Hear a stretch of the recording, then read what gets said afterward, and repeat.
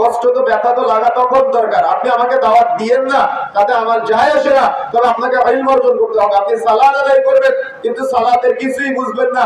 সালাতে দাঁড়ায় একবার আসমানে তাকান, একবার জমিনের দিকে তাকান, একবার ডানে তাকান, একবার বামে তাকান, নামাজের কিছুই বুঝেন না। তো সালাত আদায় করে আপনি কিভাবে অন্যায় অশ্লীলতা পাপাচার থেকে বিরত রাখবেন, থাকবেন কিভাবে বিরত?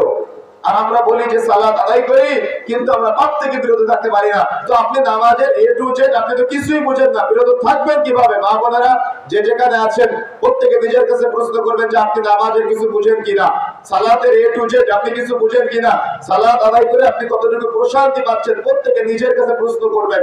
যদি আল্লাহি ওয়া বারাকাতুহু।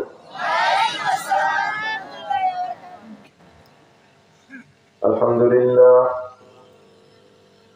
الحمد لله نحمده ونستعينه ونستغفره ونؤمن به ونتوكل عليه ونعوذ بالله من شرور أنفسنا ومن سيئات أعمالنا من يهده الله فلا مضل له ومن يضلله فلا هادي له ونشهد أن لا إله إلا الله وحده لا شريك له وأشهد أن محمدا عبده ورسوله الذي أرسله بالحق بشيرا ونذيرا وداعيا إلى الله بإذنه وسراجا منيرا أما بعد فقد قال الله تعالى وتبارك في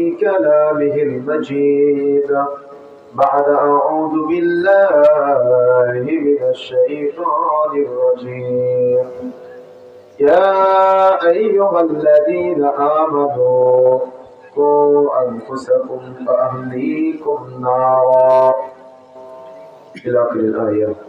وقال النبي الأمين رسول الله صلى الله عليه وسلم لا تزال طائفة من أمتي ظاهرين على الحق لا يضرهم من خذلهم حتى يأتي أمر الله وهم كذلك. قال رسول الله صلى الله عليه وسلم الحياء لا يأتي إلا بخير. قال رسول الله صلى الله عليه وسلم لا صلاة لمن لم يقرأ بفاتحة الكتاب إلى آخر الحديث. الحمد لله যাবতীয় প্রশংসা যাবতীয় গুণগান একমাত্র কেবলমাত্র আল্লাহ সুবহানাহু ওয়া তাআলার দরবারে। যে আল্লাহ রাব্বুল আলামিনের অশেষ মেহেরবানিতে আমরা চমৎকার একটি আয়োজনে তাফসীরুল কোরআন মাহফিলে উপস্থিত হওয়ার সুযোগ এবং তৌফিক পেয়েছি। যে আল্লাহ সুবহানাহু ওয়া তাআলা আমাদের কবুল করেছেন সেই মহান রবের নিকট হৃদয়ের গভীরতম প্রদেশ থেকে অন্তরের অন্তরস্থল থেকে আমরা শুকরিয়া আদায় করে সকলে বলি আলহামদুলিল্লাহ। দুরূদ ও সালাম বর্ষিত হোক আখির জামানার মানবতার মুক্তির দূত, মানবতার মুক্তির দিশারি, যার আদর্শকে বাস্তবায়নের জন্যই আজকে আমাদের এই সামান্য ক্ষুদ্র প্রচেষ্টা। নবীর প্রতি দুরূদ বর্ষিত হোক, সকলে বলি সাল্লাল্লাহু আলাইহি ওয়াসাল্লাম। প্রিয় উপস্থিতি, আমাদের সংক্ষিপ্ত সময়ের আলোচনা, সংক্ষিপ্ত সময়ে আমরা যে ইলম অর্জন করার চেষ্টা করব। আমি যদি আজকে এতটুকু কথা বলতে পারি যে আমাদের এখানে আসার উদ্দেশ্য যদি হয় ইলম অর্জন করা, তাহলে আমরা উপকৃত হতে পারবো ইনশাআল্লাহ। আর যদি এন্টারটেইনমেন্ট নেওয়ার উদ্দেশ্য থাকে তাহলে আমরা হয়তো আপনাদের উপকার করতে পারবো না। এজন্য উদ্দেশ্য হতে হবে ইলম হাসিল করা, জ্ঞান অর্জন করা। এজন্য মাইকের আওয়াজ যতদূর পর্যন্ত যাচ্ছে, যে যেখানে চলাচল করছেন, হাঁটাহাঁটি করছেন, বাড়িতে অবস্থান করছেন, এখানে আসেন নাই, সে সেখানে নিজের অবস্থান থেকে কোরআন এবং সহিহ সুন্নাহর আলোচনাগুলো শ্রবণ করার চেষ্টা করবেন। হয়তো বা দুনিয়া এবং আখিরাতে উপকৃত হতে পারবেন ইনশাআল্লাহ।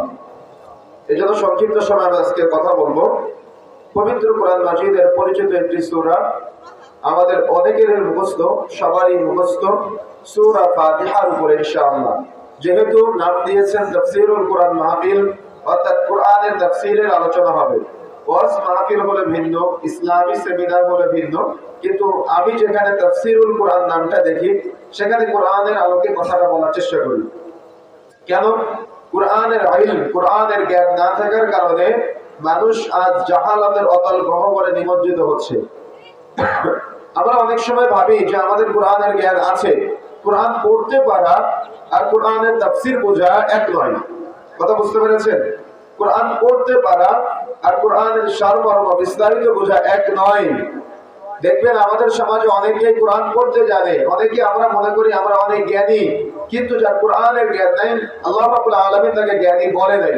যার হাদিসের জ্ঞান নাই আল্লাহ রাব্বুল আলামিন তাকে হাদিসের জ্ঞান না থাকার কারণে আল্লাহ রাব্বুল আলামিন তাকে জ্ঞানী বলে নাই। ইমাম বুখারী রাহিমাহুল্লাহ বলেছেন, কথা এবং কাজের পূর্বে ইলম অর্জন করতে হবে, জ্ঞান অর্জন করতে হবে। জ্ঞান অর্জনের বিকল্প কিছুই নাই। আমার পাশে বসে আছেন হাজারো আলেমের উস্তাদ, শত শত আলেমের উস্তাদ, যাদের সামনে কথা বলা আমাদের জন্য মোটেও শোভনীয় নয়। প্রিন্সিপাল উস্তাদ জি শেখ রমজান আলী, আলহামদুলিল্লাহ। এরকম বাংলাদেশে বহু আলেম আছে যারা প্রতিষ্ঠান কেন্দ্রিক মানুষদেরকে দার্স দিয়ে যাচ্ছে। আলেম তৈরির কারিগর বলা হয় যাদের, আলহামদুলিল্লাহ। আপনারা তাদেরকে কতটুকু মূল্যায়ন করেন আমরা জানি না, তবে এখান থেকে যত আলেম, যত হাফেজ, যত কারি, যত ইমাম, যত খতিব বের হয়ে গোটা বাংলাদেশ বিশ্বব্যাপী যত দাওয়াতি খেদমত করতেছে, সবার একটা করে দেখি উস্তাদি না চাইলেও তার আমলনামায় চলে আসবে ইনশাআল্লাহ। এজন্য উস্তাদদের সাথে কথা বলা আরো বেশি কষ্টের বলতে অনেক চিন্তা ভাবনা করে বলতে হয়, যাতে করে কোনো ভুল না হয়ে যায়। এজন্য উস্তাদি পাশে বসে আছেন। সংক্ষিপ্ত সময় আমরা সূরা ফাতিহার উপরে আলোচনা করবো ইনশাআল্লাহ। আর এই আলোচনাটা করার প্রধান কারণ হলো আমরা নামাজে সূরা ফাতিহা তিলাওয়াত করি, কিন্তু আমরা কিছুই বুঝি না সূরা ফাতিহার মধ্যে আমরা কি তিলাওয়াত করলাম। যার কারণে নামাজ পড়ি, কিন্তু নামাজের মাধ্যমে আমরা প্রশান্তি পাই না, সালাতের মাধ্যমে আমরা প্রশান্তি পাই না। এজন্য সালাতের মাধ্যমে যদি আমরা প্রশান্তি পেতে চাই, তাহলে সালাতে কি তিলাওয়াত করি সেটা আমাদের জেনে বুঝে তিলাওয়াত করতে হবে। আচ্ছা, আলোচনার শুরুতেই আমি জাস্ট আমার বক্তব্য বোঝানোর সাথে আমি কিছু প্রশ্ন করতে চাই। আপনারা উত্তর দিতে রাজি আছেন? একটু নিঃস্বার্থে উত্তর দিবেন। আমার বক্তব্য আমি কতটুকু বোঝাতে পারবো এটা বোঝার জন্য বলতেছি, তাহলে আমি সেই অনুপাতে আলোচনা করবো ইনশাআল্লাহ। আপনারা হাত উঠাবেন, আমি একজনকে জিজ্ঞাসা করবো, সাজদায় গিয়ে যে আমরা সুবহানাল্লাহিল আলা তিলাওয়াত করি, এটার অর্থ কয়জন জানেন?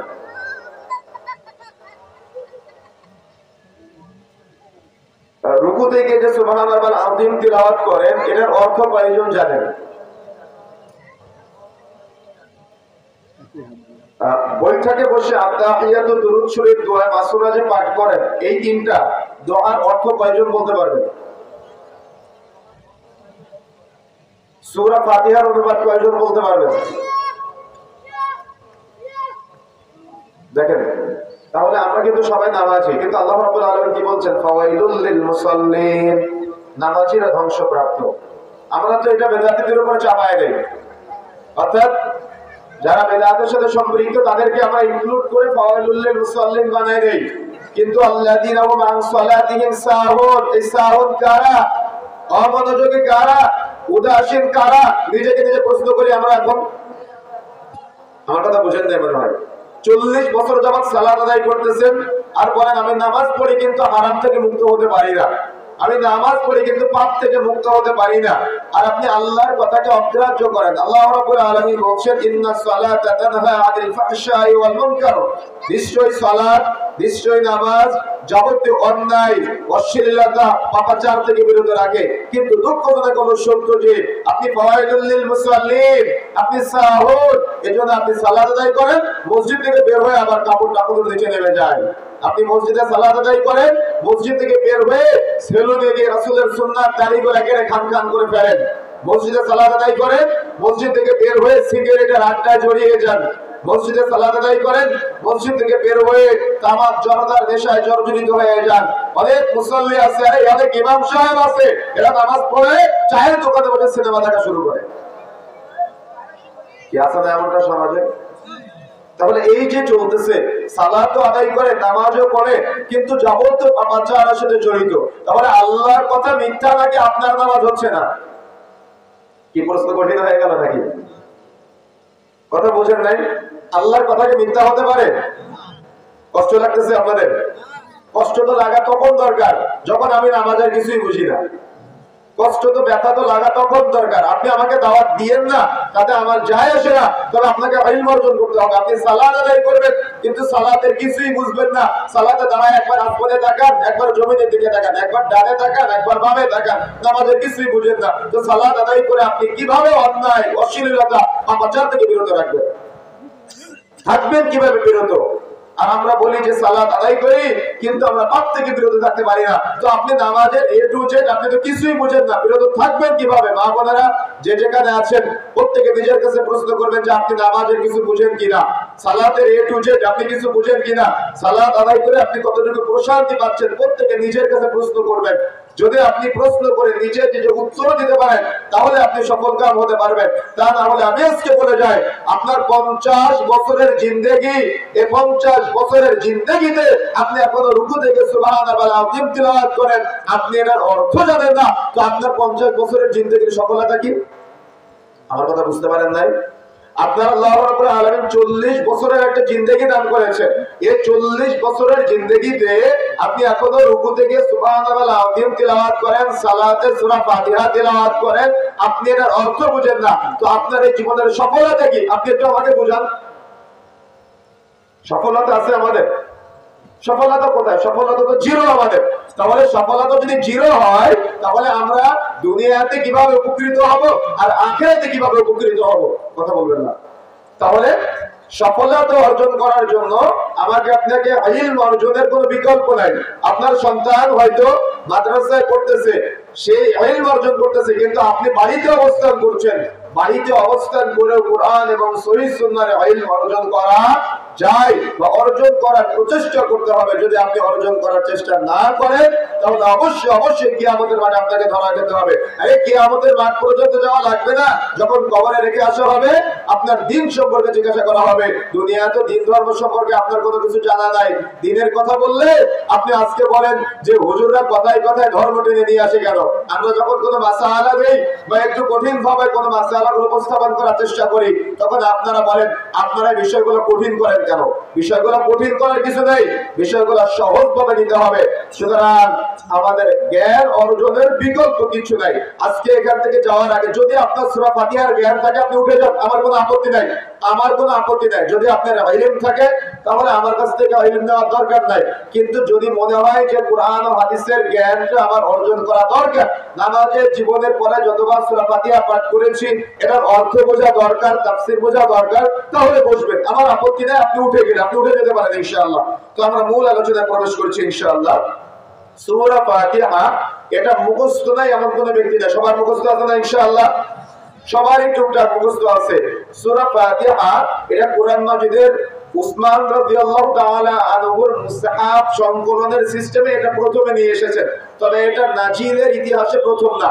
নাজিলের ইতিহাসে প্রথম হলো ইকরা ইসমা রাব্বিকাল্লাযী খলাক।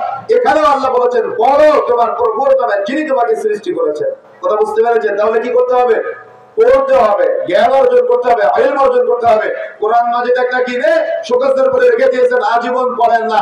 আপনার ছেলেও কোরআন পড়তে জানে না, আপনিও কোরআন পড়তে জানেন না, তো কোরআনের প্রতি আপনার ছেলেটার মায়া হবে কিভাবে? কোরআনের প্রতি আপনার ছেলেটার দয়া হবে কিভাবে? আপনার ছেলেটা কোরআনের প্রতি দয়া হবে না কেন? সে তো কোরআনকে চিনে না, কোরআন যে নাজিল করেছে তাকেও চিনে না, কোরআন যার মাধ্যমে এসেছে তাকেও চিনে না। তো আপনার ছেলেকে যখন কবরে প্রশ্ন করা হবে তার রব সম্পর্কে, সে তো কোরআনের রবকে জানে না, এজন্য সে জবাব দিতে পারবে না তার রবকে। সে বলবে আমি চিনি না আমার রবকে। সে এই কোরআন মাজিদ যার মাধ্যমে এসেছে তাকেও চিনে না। তাহলে তাকে যখন দেখানো হবে যে এই ব্যক্তিটিকে, তখন সে আপনার ছেলে বলবে যে আমি তো তাকেও চিনি না, অর্থাৎ কোরআনের জ্ঞান সে অর্জন করে নাই। যখন তাকে প্রশ্ন করা হবে মা দীনুকা, তুমি কোন দিনের উপরে ছিলে, তখন সে বলবে আমি এটাও জানি না। তখন কি অবস্থা হবে? কবর দুই দিক থেকে আল্লাহর রাগান্বিত হওয়ার কারণে কবরকে নির্দেশ দিবে, দুই দিক থেকে এমন ভাবে চাপ দিবে একটা হাড্ডি আর একটা হাড্ডির ভিতরে ঢুকে যাবে। তাহলে জ্ঞান অর্জন করা দরকার আছে কি নাই? কথা বলতেছেন না কেন? নাই, দরকার আছে। আমরা কিন্তু কিচ্ছা কাহিনী তাফসীর করি না, আগে বলে নেই। কথা বুঝতে পেরেছেন? সমাজে তাফসীর আছে না, হরিণ নাকি গাছের সাথে বাঁধা ছিল আর রাসূল নাকি হরিণের বাচ্চার সাথে এসে গল্প করতে, শুনেছেন না আপনারা? আর উস্তাদদের সামনে তো সব কাহিনী বলার কোনো অপশনই নেই। আমাদের সমাজে প্রচলিত আছে যে রাসূল নাকি রাস্তা দিয়ে যেত, বুড়ি বড়ের কাটা দিত। আমরা সরেজমিনে সৌদি আরব সফরে গিয়ে দেখলাম যে বুড়ির বড়ের গাছের যে বর্ণনা দেওয়া হয় আর আল্লাহ রাসূলের বাড়ি থেকে প্রায় 90 থেকে 95 কিলোমিটার দূরে। এখন বলেন তো এই 95 কিলোমিটার দূর থেকে বুড়ি বড়ের কাটা দিত রাসূলের রাস্তায়, এটা কি বিশ্বাসযোগ্য? কথা বলতেছেন না কেন? এটা বিশ্বাসযোগ্য? তো আপনারা তো একসময় শুনেছেন, দলিল জিজ্ঞাসা করেন নাই, সুবহানাল্লাহ আলহামদুলিল্লাহ বলেছেন, বলেন নাই?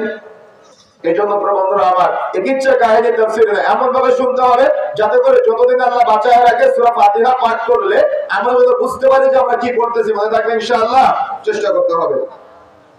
সূরা ফাতিহা, ফাতিহা সূরাটির একটা নাম না, অর্থাৎ আমরা যে নামে নামকরণ করি সূরা ফাতিহা, এটা শুধুমাত্র একটা নাম না, এটার প্রায় 53টা নাম আছে। বিভিন্ন তাফসীর থেকে আমি সংগ্রহ করে প্রায় 53টা নাম পেয়েছি। তবে আমি কয়েকটা নামের উপরে আলোচনা শুরুতে সংক্ষিপ্ত কিছু কথা বলি। সূরা ফাতিহার আমরা যে অর্থ করি মুখ বন্ধ, সূরা ফাতিহার একটা অর্থ হলো বা নামকরণ হলো, ফাতিহার সূরার একটা নামকরণ হলো আশ-শিফা। সূরা ফাতিহার একটা নামকরণ কি? আশ-শিফা, আরোগ্য লাভের সূরা। দেখা যাচ্ছে আমরা অসুস্থ হলে প্রথমে ডক্টরের কাছে চলে যাই বা কোনো কবিরাজের কাছে চলে যাই বা তাবিজ কবজ আনতে চলে যাই, কিন্তু আপনি অসুস্থ হলে আপনি আল্লাহর উপরে ভরসা করে যেখানে অসুস্থতা ফিল করবেন সেটা নিয়ত করে সূরা ফাতিহা তিলাওয়াত করবেন, আপনি আরোগ্য লাভ করতে পারবেন ইনশাআল্লাহ। কথা বুঝেন নাই? কিন্তু আমাদের তো ঈমানের জোর নাই। রাসূলুল্লাহ সাল্লাল্লাহু আলাইহি ওয়াসাল্লাম বলছেন, ব্যাপার একাধিক সহিহ হাদিস পাওয়া যায়, রাসূলের আমল আছে, সাহাবায়ে কিরামের আমল আছে, সেটা হলো যদি কারো সাপে কামড় দেয় তাহলে সেখানে যদি মুখের লালা লাগানো হয় আর সূরা ফাতিহা তিলাওয়াত করা হয় তাহলে ওই বিষটা নষ্ট হয়ে যায়। শুনেছেন হাদিসটা আপনারা আগে? কথা বুঝেন নাই? কথা বুঝতে পেরেছেন? তাহলে আমাদের কি বিশ্বাস আছে আমাদের সাপে কামড় দিলে একটা হিন্দু মহিলার কাছে যায় বিষ নামানোর জন্য, যায় কিনা? কথা বলতে হবে, যায় কিনা? ওজার কাছে চলে যায় না। কিন্তু আমরা যদি এমনও হয় সূরা ফাতিহা পড়তেছি আর চিন্তা করতেছি বিষ কি নামবে, বিষ কি নষ্ট হবে, তাহলে কি বিষ নষ্ট হবে? আমার কথা বুঝতে পারতেছেন? তাহলে বিষ কি নষ্ট হবে? সম্ভব না। সুতরাং ঈমান থাকতে হবে, ইয়াকিন থাকতে হবে, আত্মবিশ্বাস থাকতে হবে যে আমি আল্লাহর উপর ভরসা করে, যেহেতু রাসূলের আমল আছে, সাহাবায়ে কেরামের আমল আছে, নির্দেশনা আছে, তাহলে আমি সূরা ফাতিহা পড়লাম আর মুখের লালা রাখলাম, তাহলে আমার ওই বিষটা নষ্ট হয়ে যাবে ইনশাআল্লাহ। এরকম ইয়াকিন থাকতে হবে, বিশ্বাস থাকতে হবে।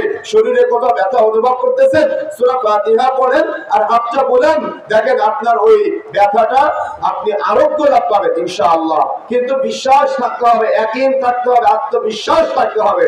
আপনি শরঈয়া রুকিয়ার যে বিষয়গুলো আছে, জিন কর্তৃক বা জাদু টোনা কর্তৃক বা দেখা যাচ্ছে তাবিজ কবজ কর্তৃক, এই সব কিছু থেকে মুক্তর জন্য আপনি সূরা ফাতিহাকে হাতিয়ার হিসেবে ব্যবহার করতে পারেন। কেন? এটা হলো শিফার সূরা।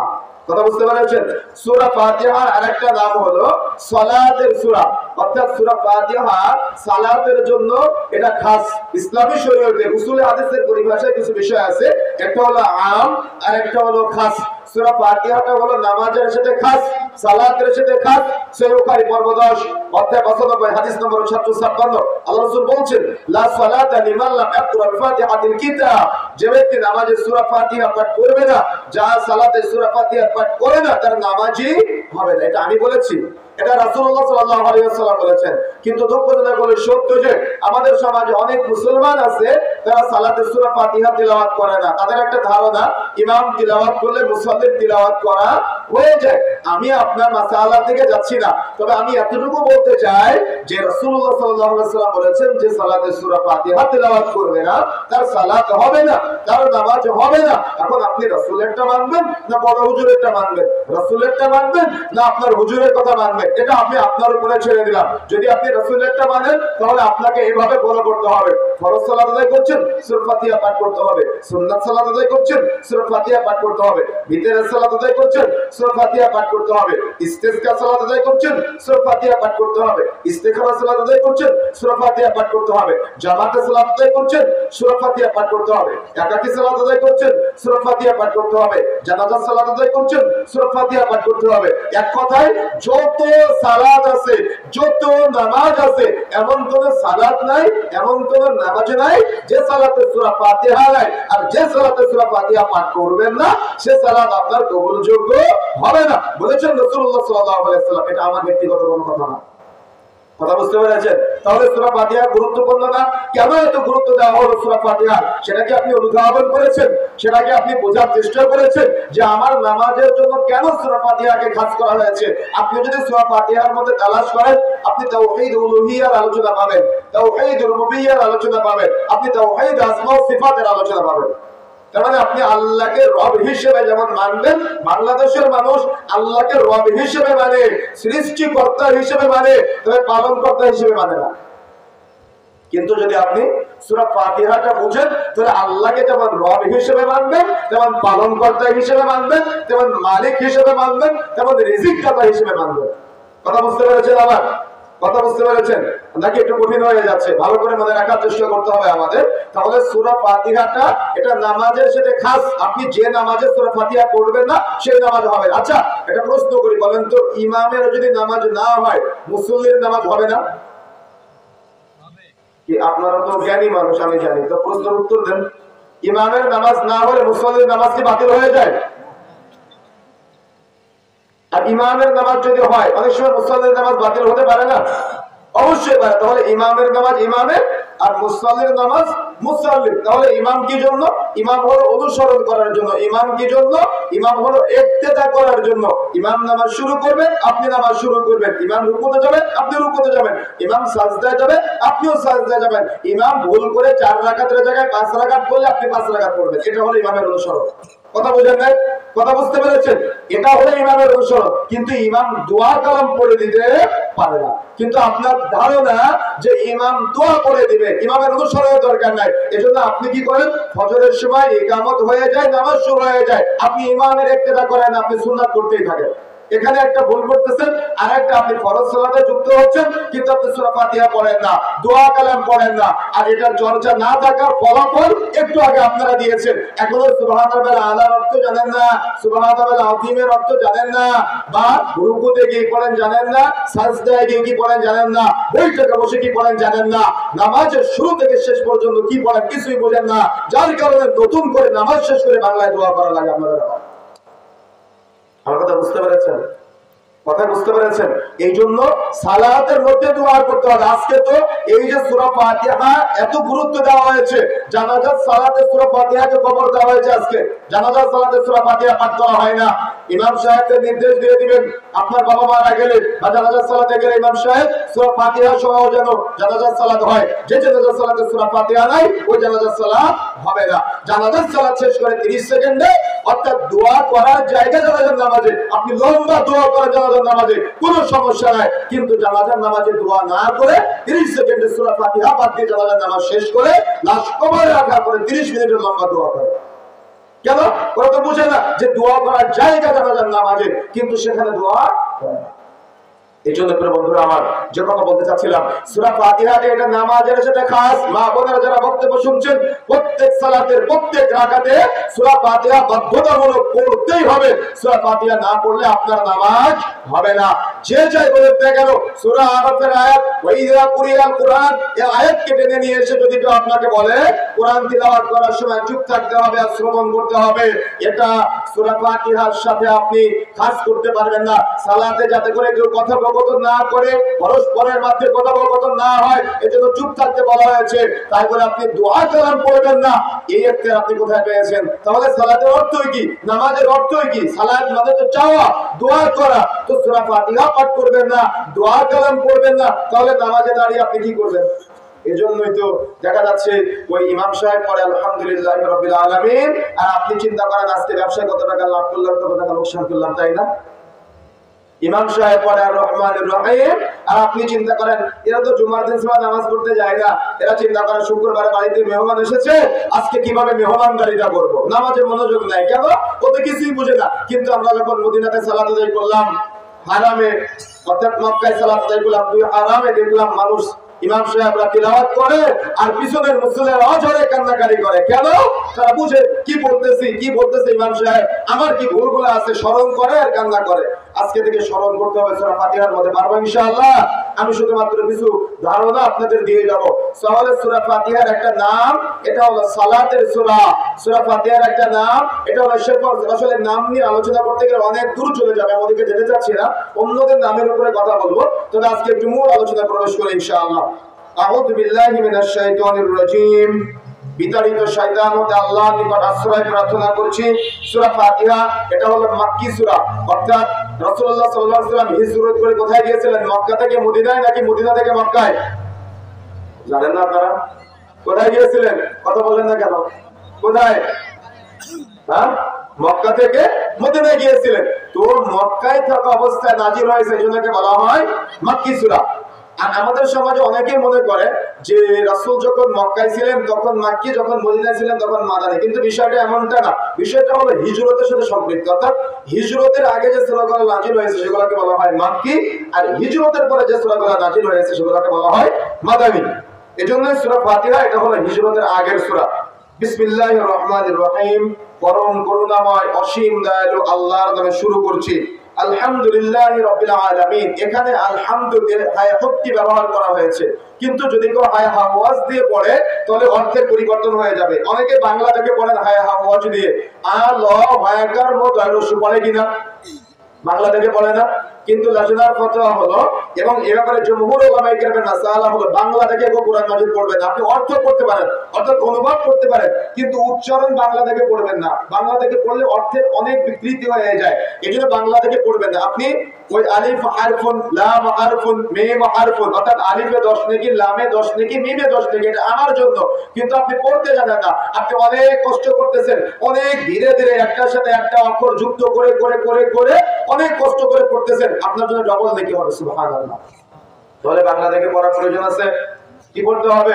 আরবি থেকে পড়বেন, বাংলা উচ্চারণ পড়বেন না। চাইলে অনুবাদ করতে পারেন, কোনো সমস্যা নেই ইনশাআল্লাহ। তাহলে হায়ে আওয়াজ দিয়ে পড়বেন না, পড়তে হবে হায়ে ভক্তি দিয়ে পড়ার চেষ্টা করবেন। কথা বুঝতে পেরেছেন? অর্থাৎ আলহামদু, যদি আপনি এখানে আলহামদু পড়েন অর্থ হবে সমস্ত ধ্বংস আল্লাহর জন্য, নাউযুবিল্লাহ। এই জন্য আলহামদুলিল্লাহি রাব্বিল আলামিন, সমস্ত প্রশংসা আল্লাহ তোমার জন্য।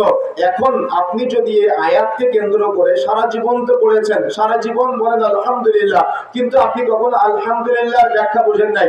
এই আলহামদুলিল্লাহর উপরে ছোট্ট একটা আরবি কিতাব আছে, এই আলহামদুলিল্লাহ তাফসীর বা ব্যাখ্যা করেছেন প্রায় 522 পৃষ্ঠা একটা শব্দের উপরে, আলহামদুলিল্লাহর উপরে 522 পৃষ্ঠার একটা ব্যাখ্যা গ্রন্থ আছে আলাদা। সুতরাং এটা অনেক সংক্ষিপ্ত ভাবে নিয়েছি আমাদের ইলম না থাকার কারণে, জ্ঞান না থাকার কারণে। আমি যদি একটু আপনাদের বুঝাই তাহলে আপনারা একটু বোঝার চেষ্টা করবেন এমন ভাবে যে আমরা যখন সূরা ফাতিহার মধ্যে আলহামদুলিল্লাহি রাব্বিল আলামিন তিলাওয়াত করি, এই আলহামদুলিল্লাহ বলার সময় যদি আমরা এটা ফিল করি যে আল্লাহ আমার কথার জবাব দেয়, কিভাবে জবাব দেয়? আমরা যখন বলি আলহামদুলিল্লাহি রাব্বিল আলামিন, সমস্ত প্রশংসা আল্লাহ তোমার জন্য, আপনি নামাজে বললেন, তখন আল্লাহ আপনার কথাটা জবাব দেয়। আল্লাহ জবাব দিয়ে বলে হামিদানি আব্দি, আমার বান্দা আমার প্রশংসা করলো। কিন্তু আপনার 50 বছরের জীবনে আপনি কি এটা কখনো ফিল করেছেন যে আল্লাহ আপনার কথার জবাব দিয়েছে? কখনো ফিল করেছেন? তো হাত তুলে বলতে পারবেন যে আল্লাহ আমার কথার জবাব দিয়েছে, আমি এটা বুঝতে পেরেছি বা আমি এটা ফিল করেছি? আপনি ফিল করতে পারেন নাই। কেন ফিল করতে পারেন নাই? আপনি বুঝে শুনে বলেন নাই, তাই। কথা বুঝতে পেরেছেন? আপনি বুঝে শুনে বলেন নাই, তাই আপনি আল্লাহর কথার জবাবটা, আপনার কথার জবাব যে আল্লাহ দিয়েছেন আপনি এটা বুঝেন নাই। কিন্তু আপনি যদি এভাবে বিষয়টা ভাবতেন, আপনি যদি এভাবে বিষয়টা চিন্তা করতেন, বুখারী মুসলিম মিশকাতের 90 নম্বর হাদিস, রাসূলুল্লাহ সাল্লাল্লাহু আলাইহি ওয়াসাল্লাম বলেন কুল্লু মাউলুদিন ইউলাদু আলাল ফিতরাত, প্রত্যেক আদম সন্তান ফিতরতের উপর জন্মগ্রহণ করে, অতঃপর তার মাতা পিতাকে ইহুদি নাসারা বানায়, তার মাতা পিতাকে অগ্নি পূজক বানায়। আচ্ছা, আল্লাহ রাব্বুল আলামিন চাইলে আবার আপনার আত্মাটা একটা হিন্দুর ঘরে দিয়ে বানাতে পারতেন না? আল্লাহ রাব্বুল আলামিন চাইলে আমার আপনার আত্মাটা একটা খ্রিস্টানের ঘরে দিয়ে বানাতে পারতেন না? আল্লাহ রাব্বুল আলামিন চাইলে আমার আপনার আত্মাটা একটা বৌদ্ধর ঘরে দিয়ে বানাতে পারতেন না? মা বোনেরা ভালো করে মনে রাখবেন, আল্লাহ রাব্বুল আলামিন চাইলে আমার আপনার আত্মাটা একটা অমুসলিমের ঘরে দিয়ে পাঠাতে পারতেন না? অবশ্যই পাঠাতে পারতেন। কিন্তু আল্লাহ দয়া করেছেন আপনার উপরে, কিন্তু আল্লাহর দয়াটা আপনি বুঝেন নাই। আপনি কি রূহের জগতে কখনো বলেছিলেন যে আল্লাহ তুমি আমাকে একজন দাড়িওয়ালা টুপিওয়ালা নামাজি পিতার ঘরে জন্ম দিও? বলেছিলেন আপনি? আপনি বলেছিলেন? তো আপনি না চাইতে কি করেছেন আল্লাহ আপনার উপরে? না চাইতে আল্লাহ দয়া করেছেন, কিন্তু আল্লাহ দয়াটা আপনি বুঝেন নাই।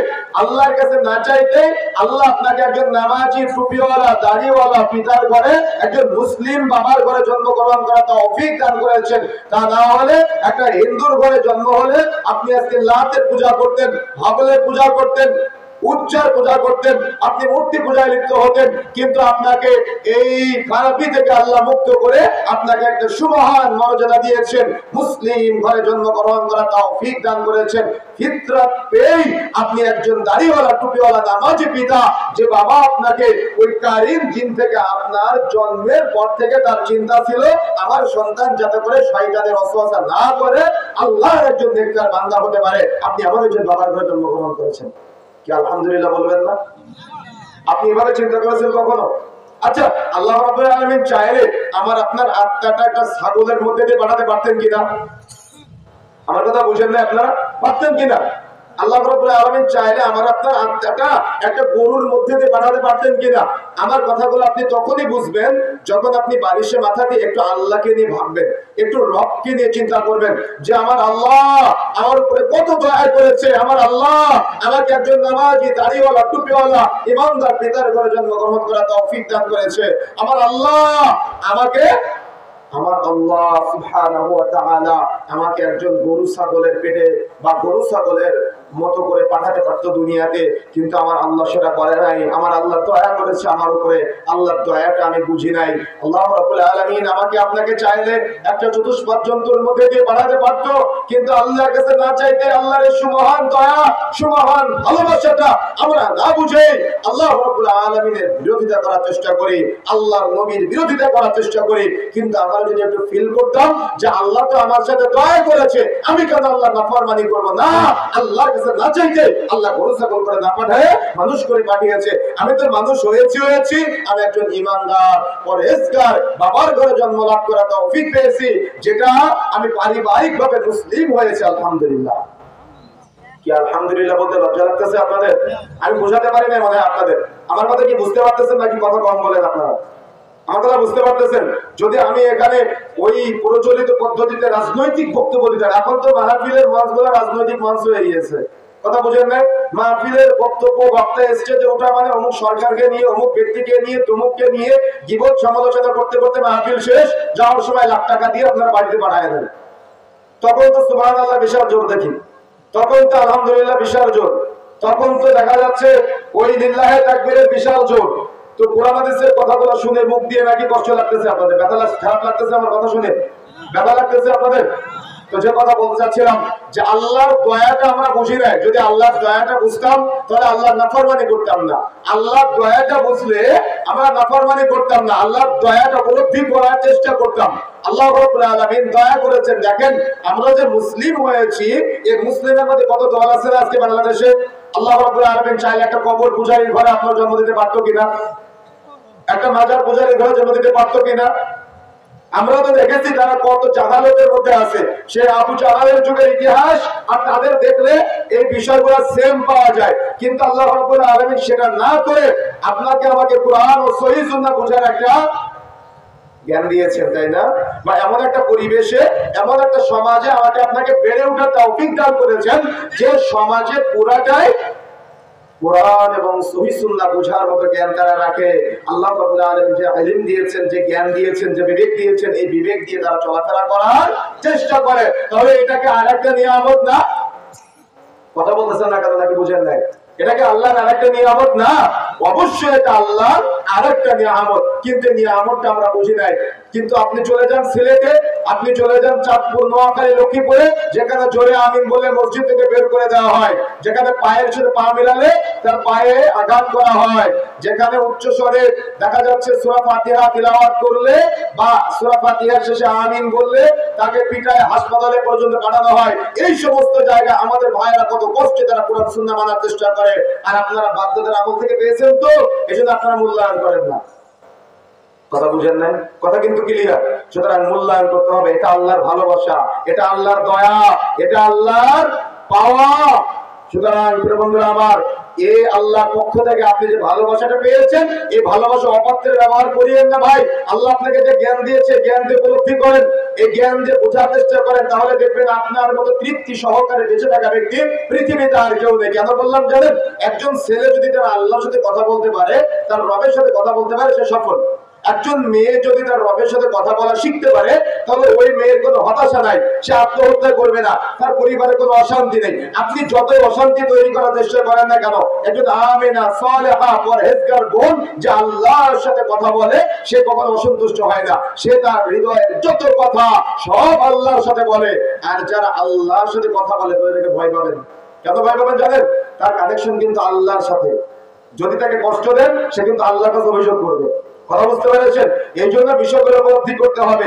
এখন যদি আপনি এভাবে চিন্তা করেন, আমরা বিভিন্ন সময় বিভিন্ন রোগীকে দেখার জন্য পঙ্গু হাসপাতালে গিয়েছি, দেখেছি কত মানুষের হাতের কবজি থেকে নাই, কত মানুষের 2 হাতের কবজি থেকে নাই, কত মানুষের 2 হাত 2 পা কিচ্ছু নাই, কিন্তু তারা মানুষ বেঁচে আছে।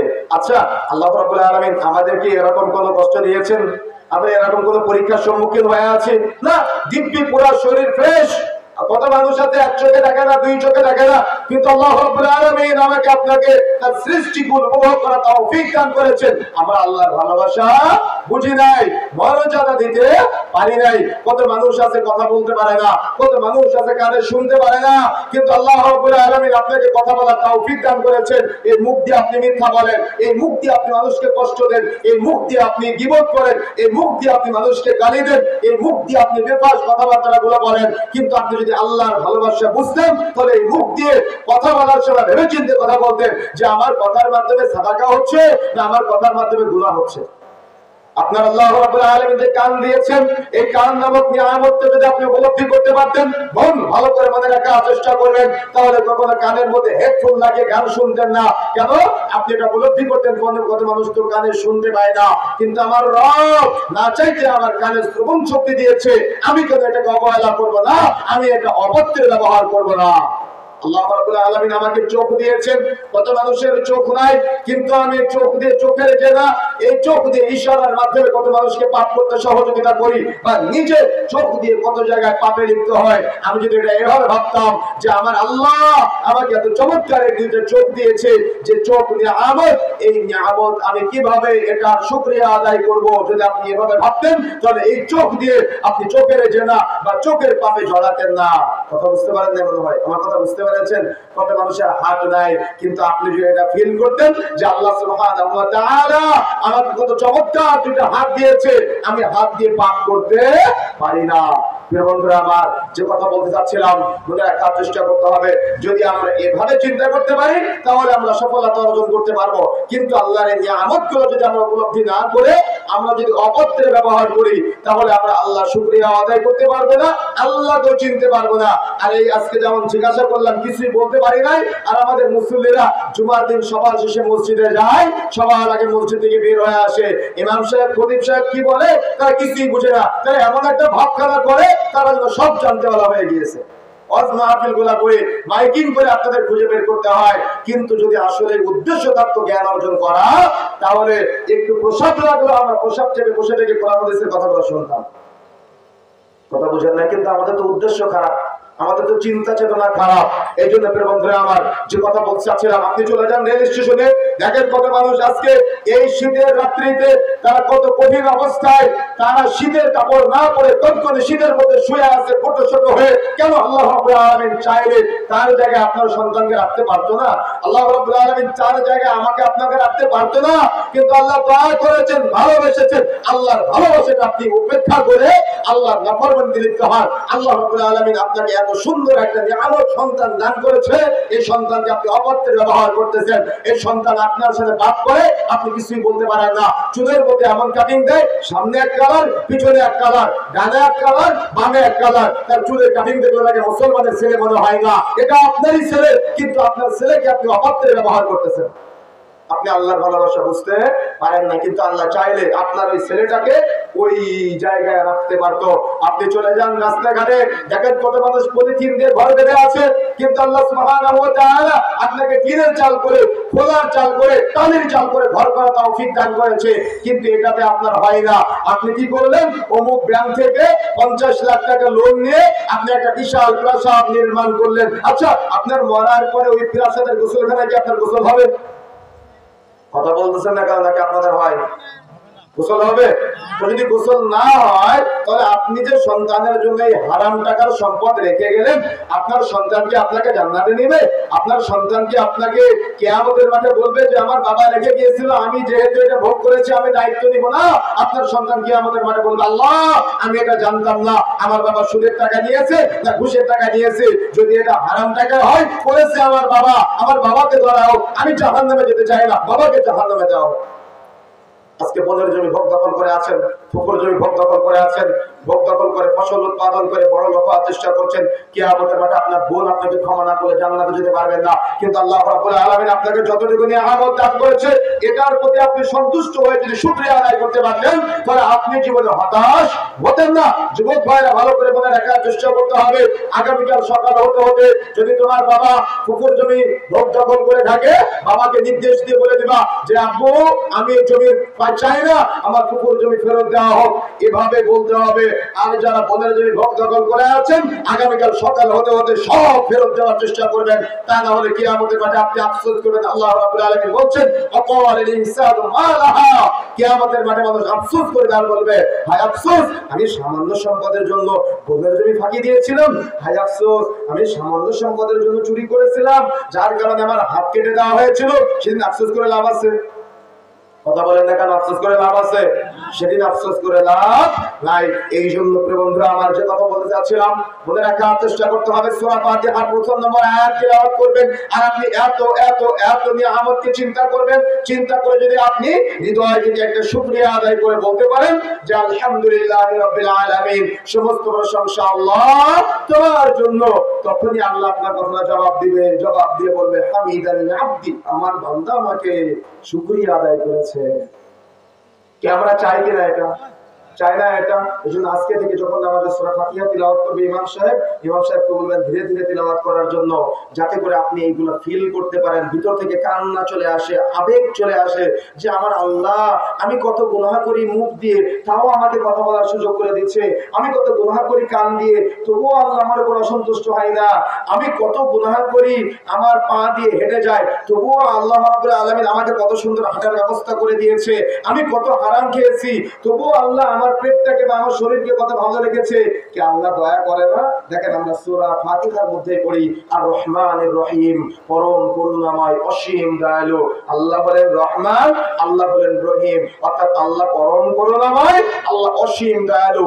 আল্লাহর দয়া এটাই, আল্লাহ যে আপনার উপরে দয়া করেছে আপনি এটা ফিল করেন নাই, আপনি এটা উপলব্ধি করতে পারেন নাই, যার কারণে আপনি আল্লাহর ভালোবাসাটা বুঝেন নাই। আল্লাহ তো আল্লাহ কঠিন, যে অপরাধ করবে যে পাপী তার উপরে আল্লাহ কঠিন, কিন্তু যে আল্লাহকে ভালোবাসবে তার উপরে আল্লাহ সহজ, যে আল্লাহর বান্দাদের ভালোবাসবে আল্লাহ তার উপরে সহজ, যে আল্লাহর ইবাদত করবে তার উপরে আল্লাহ সহজ, যে আল্লাহর প্রশংসা করবে শুকরিয়া আদায় করবে ইবাদত বন্দেগীর মধ্যে থাকবে তার জন্য আল্লাহ সহজ। যেমন আপনি সকালে বাড়ি থেকে বের হলেন, আপনার উদ্দেশ্য হলো আপনার স্ত্রীকে হালাল খাবার খাওয়াবেন, আপনার উদ্দেশ্য হলো আপনি নিজে হালাল খাবার খাবেন, আপনার উদ্দেশ্য হলো আপনার সন্তানকে হালাল খাবার খাওয়াবেন, আপনি বিকাল 5টা পর্যন্ত বাড়ির বাইরে আছেন, যতক্ষণ পর্যন্ত বাড়ির বাইরে থাকবেন পুরাটাই ইবাদতে রূপান্তরিত হবে। সুবহানাল্লাহ। কেন? উদ্দেশ্য হলো পরিবারকে হালাল খাবার খাওয়াবো, উদ্দেশ্য হলো সন্তানকে হালাল খাবার খাওয়াবো, উদ্দেশ্য হলো নিজে হালাল খাবার গ্রহণ করব। যদি এরকম উদ্দেশ্য হয়ে থাকে তাহলে আপনি যতক্ষণ বাড়ির বাইরে থাকবেন উপার্জনের জন্য পুরাটাই আপনার ইবাদত। কি আল্লাহ দয়া করে নাই আপনার উপরে? কিন্তু আল্লাহ দয়া আপনি বুঝেন নাই, এজন্য আপনি উপার্জনের জন্য গিয়ে ওই অন্যের জমির আয়েরগুলা কেটে ছোট করে করে করে নিজের জমি বড় করতেছেন, টেবিলের নিচ দিয়ে সুদের টাকা, টেবিলের নিচ দিয়ে ঘুষের টাকা, টেন্ডারবাজি করা, জুলুম করা, সুদ ঘুষের সাথে জড়িয়ে আছেন। কেন? আপনি আল্লাহর ভালোবাসা বুঝেন নাই তাই। আপনি বুঝেন নাই, আপনি বুঝেন নাই আল্লাহর ভালোবাসা, আপনি তাফসীর বুঝেন নাই, আপনি আর রহমান বুঝেন নাই, আপনি রহিম কে এটা বুঝেন নাই, আপনি উপলব্ধি করতেই পারেন নাই। যদি আপনি উপলব্ধি করতে পারতেন তাহলে আপনি রহমানের সাথে গাদ্দারি করতেন না, আপনি আল্লাহর সাথে গাদ্দারি করতেন না, আপনি উপলব্ধি করতেন, উপলব্ধি করে আপনি ফিরে আসার চেষ্টা করতেন, আপনি আল্লাহর ভালোবাসাগুলো বোঝার চেষ্টা করতেন। কিন্তু আপনি আল্লাহর ভালোবাসা বুঝবেন কিভাবে? আপনি তো আল্লাহর ভালোবাসা বোঝার চেষ্টা করেন না। এটা আকাঙ্ক্ষা থাকা লাগে। এটা কি থাকা লাগে বলেন তো? আকাঙ্ক্ষা থাকা লাগে। এই জন্য বন্ধুরা আমার যে কথা বলতে চাচ্ছিলাম মনে রাখার চেষ্টা করতে হবে আমাদের। সূরা ফাতিহার মধ্যে আমরা যে এত চমৎকার ভাবে বললাম আল্লাহ হলেন রহমান, আল্লাহ হলেন রহিম। সুতরাং আল্লাহকে রহমান হিসেবে স্বীকৃতি দেওয়া, রহিম হিসেবে স্বীকৃতি দেওয়া, অর্থাৎ শুকরিয়ার ক্ষেত্রে যদি আমরা এভাবে স্বীকৃতি দিতে পারি তাহলে আমরা সফলতা অর্জন করতে পারবো। পুরোটাই আপনি ভাববেন যে আমার সন্তানকে আল্লাহ আলেম হিসেবে কবুল করেছে। কি হিসেবে? আলেম হিসেবে কবুল করেছে, এটা রবের পক্ষ থেকে আপনার ভালোবাসা। আপনার সন্তানকে আল্লাহ হাফেজ হিসেবে কবুল করেছে, এটা আল্লাহর পক্ষ থেকে আপনার ভালোবাসা। আপনার সন্তানকে আল্লাহ দ্বীনদার হিসেবে কবুল করেছে, এটা আল্লাহর পক্ষ থেকে ভালোবাসা। আপনার সন্তান এই তাফসীরুল কুরআন মাহফিলের আয়োজন করেছে, এটা আল্লাহর পক্ষ থেকে আপনার ভালোবাসা। কিন্তু শয়তানের পক্ষ থেকেও ভালোবাসা হতে পারত। সেটা কেমন ভালোবাসা? আপনার সন্তান গান বাজনার আয়োজন করত, আপনার সন্তান অশ্লীলতার আয়োজন করত, আপনার সন্তান বেহায়াপনার আয়োজন করত, এটা হলো শয়তানের পক্ষ থেকে ভালোবাসা। কিন্তু আল্লাহর পক্ষ থেকে ভালোবাসা, আপনার সন্তান কোরআনের আলোচনা ছড়িয়ে দেওয়ার চেষ্টা করেছে, আপনার সন্তান হাদিসের আলোচনা ছড়িয়ে দেওয়ার চেষ্টা করেছে, আপনি এটা উপলব্ধি করতে পারেন নাই। এটা হলো আল্লাহর পক্ষ থেকে আপনার প্রতি ভালোবাসা। এই ভালোবাসাটা উপলব্ধি করতে হবে। আর বেশি করে আকাঙ্ক্ষা থাকতে হবে মা বোনদের। কেন? সন্তান লালন পালন করার বেশিরভাগ দায়িত্ব হলো মহিলাদের। কেন? স্বামী তো উপার্জন করার জন্য বাড়ির বাইরে থাকবে, তাহলে গাইডলাইন কে করবে? মা। আর মায়ের যদি আকাঙ্ক্ষা না থাকে তাহলে সন্তান কিন্তু আদর্শিত হবে না।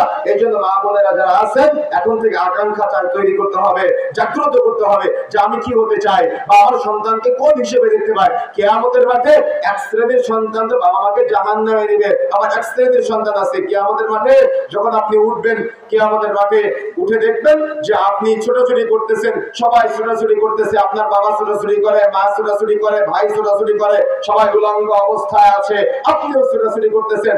তখন আপনি দেখবেন যে ওই যে দূরে একজন বাবা, একজন মা, নারী, একজন পুরুষ দাঁড়িয়ে আছে, তাদের শরীরে পোশাক পরা, তাদের মাথায় নূরের মুকুট পরা, জলজল করতেছে। তখন আপনি ফেরেশতাদের বলবেন এরা কারা? তখন ফেরেশতারা বলবে এরা হলো একজন হাফেজ কোরআনের পিতামাতা। কি এটা আল্লাহর ভালোবাসা না? কি মনে হয় আপনার কাছে? এটা আল্লাহর ভালোবাসা না? এটা আল্লাহর ভালোবাসা আপনি উপলব্ধি করার চেষ্টা করেছেন? আল্লাহর ভালোবাসা আপনি ফিল করার চেষ্টা করেছেন? আপনি ফিল করার চেষ্টা করেন নাই, আপনি আল্লাহর ভালোবাসা উপলব্ধি করার চেষ্টা করেন নাই, এটা আপনার ব্যর্থতা।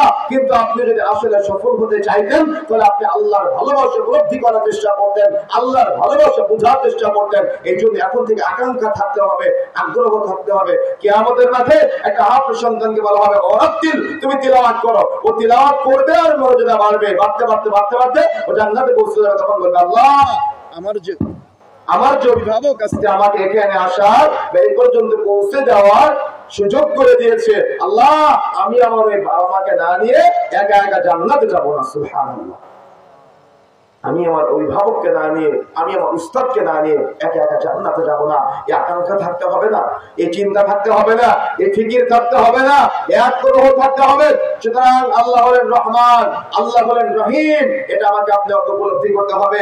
3 নম্বরে আয়াতে আমরা পড়ি মালিকি ইয়াউমিদ্দিন, আল্লাহ বিচার দিবসের মালিক। সূরা নাসের মধ্যে আমরা পড়ি মালিকিন নাস, আল্লাহ বিচার দিবসের অধিপতি। মনে রাখার চেষ্টা করতে হবে আমাদের, আল্লাহ হলেন অধিপতি, আবার আল্লাহ হলেন বিচার দিবসের মালিক। যেদিন আমার আপনার এই দুনিয়াবি সমস্ত কর্মকাণ্ডের বিচার ফয়সালা হবে, কারোর আমলনামা ডান হাতে যাবে, কারোর আমলনামা বাম হাতে যাবে। যদি আপনি আল্লাহকে রব হিসেবে স্বীকৃতি দিয়ে যে আমার রব আমার জীবনের সব কিছু অবজার্ভ করছে, অর্থাৎ দেখভাল করতেছে, আমি আমার রবের সামনে কখনো অপরাধে জড়াবো না। কেন? আমি যদি কোনো অপরাধ করি তাহলে কিয়ামতের মাঠে আমাকে অবশ্যই জবাব দেওয়া লাগবে। বিচারের ফয়সালা, বিচারের কাঠগড়ায় দাঁড়াতে হবে। যদি আপনি উপলব্ধি করতে পেরে যদি আপনি দুনিয়াতে চলতে পারেন যে আমার তো কিয়ামতের মাঠে সব জবাব দেওয়া লাগবে, তাহলে আপনি কখনো অপরাধ করবেন না। কেন? আল্লাহর ভয়টা আপনার মধ্যে আছে।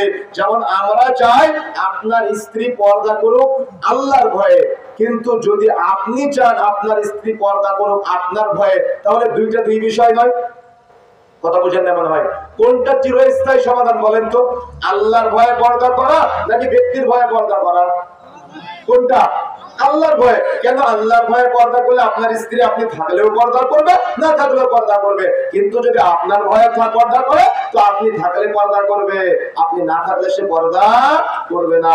এই জন্য মনে রাখার চেষ্টা করতে হবে, আমরা চাই এই আল্লাহর ভয়ে যাতে করে মানুষ ভীত সন্ত্রস্ত হয়ে অপরাধ থেকে বিরত থাকার চেষ্টা করে। মনে থাকবে ইনশাআল্লাহ।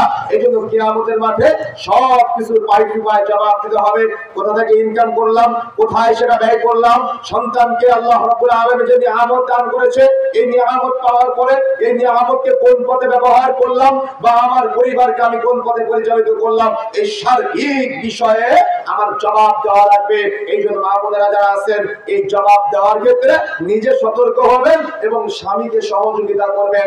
অর্থাৎ ইমানদারিতার ক্ষেত্রে, তাকওয়ার ক্ষেত্রে, পরহেজগারিতার ক্ষেত্রে, আল্লাহ ভীতির ক্ষেত্রে যদি আপনি সহযোগিতা করতে না পারেন, তো আপনি কিন্তু দুনিয়াতে সফল হবেন না, আপনি কিন্তু আখিরাতে সফল হবেন না।